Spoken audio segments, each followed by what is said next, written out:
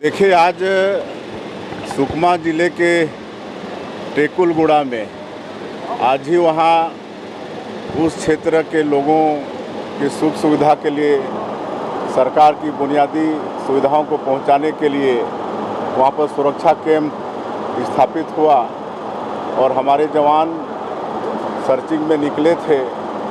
अचानक मुठभेड़ हुआ, नक्सलियों ने गोलीबारी की और इस दुर्घटना में हमारे 3 जवान शहीद हो गए हैं और करीब 14 जवान घायल हुए हैं, जिसमें से 8 जवान यहाँ रायपुर लाए गए हैं, जिसमें से जो ज़्यादा थोड़ा गंभीर हैं यहाँ बालाजी हॉस्पिटल में 4 एडमिट हैं, 4 नारायणा में एडमिट हैं और 6 वहाँ जगदलपुर में ही हैं। जिनको ज़्यादा कुछ नहीं हुआ जगदलपुर में है।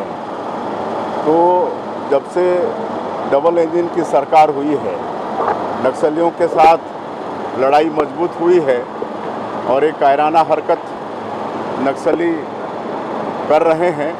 हमारे जवानों में भी बहुत मजबूती के साथ मुकाबला किया है और तीनों जो जवान शहीद हुए हैं उनकी आत्मा को श्रद्धांजलि अर्पित करते हैं।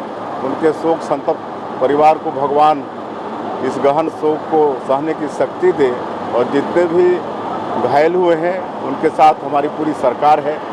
उनका अच्छे से अच्छा इलाज हो, ये निर्देशित हम लोग कर दिए हैं और कुल मिला के ये लड़ाई और तेज होगी और नक्सलवाद अब अंतिम समय में यहाँ पर छत्तीसगढ़ में है और लड़ाई हम लोग प्रभावित इलाका में नक्सलवादी अभियान तथा क्षेत्र में विकास कार्य को गति प्रदान करने के उद्देश्य से विगत दिनों में लगातार नवीन सुरक्षा कैंप स्थापित किए गए थे। उसी सिलसिला में आज जिला सुकमा एवं बीजापुर के सीमावर्ती टेकलगुड़ा में भी एक नवीन सुरक्षा कैंप स्थापना किए गए थे। उस कैंप के लिए DRG, STF, कोबरा, CRPF सभी संयुक्त बल रवाना किए गए थे। कैंप स्थापना के पश्चात आउटर कॉर्डन में हमारा सुरक्षा बल द्वारा पेट्रोलिंग और गश्त की जा रही थी। इस दौरान माओवादी द्वारा उन जवानों के ऊपर हमला किए गए थे। उस दौरान हमारा सुरक्षा बल की कोबरा, CRPF, STF, DRG सभी जवानों ने मुंहतोड़ जवाब दिया।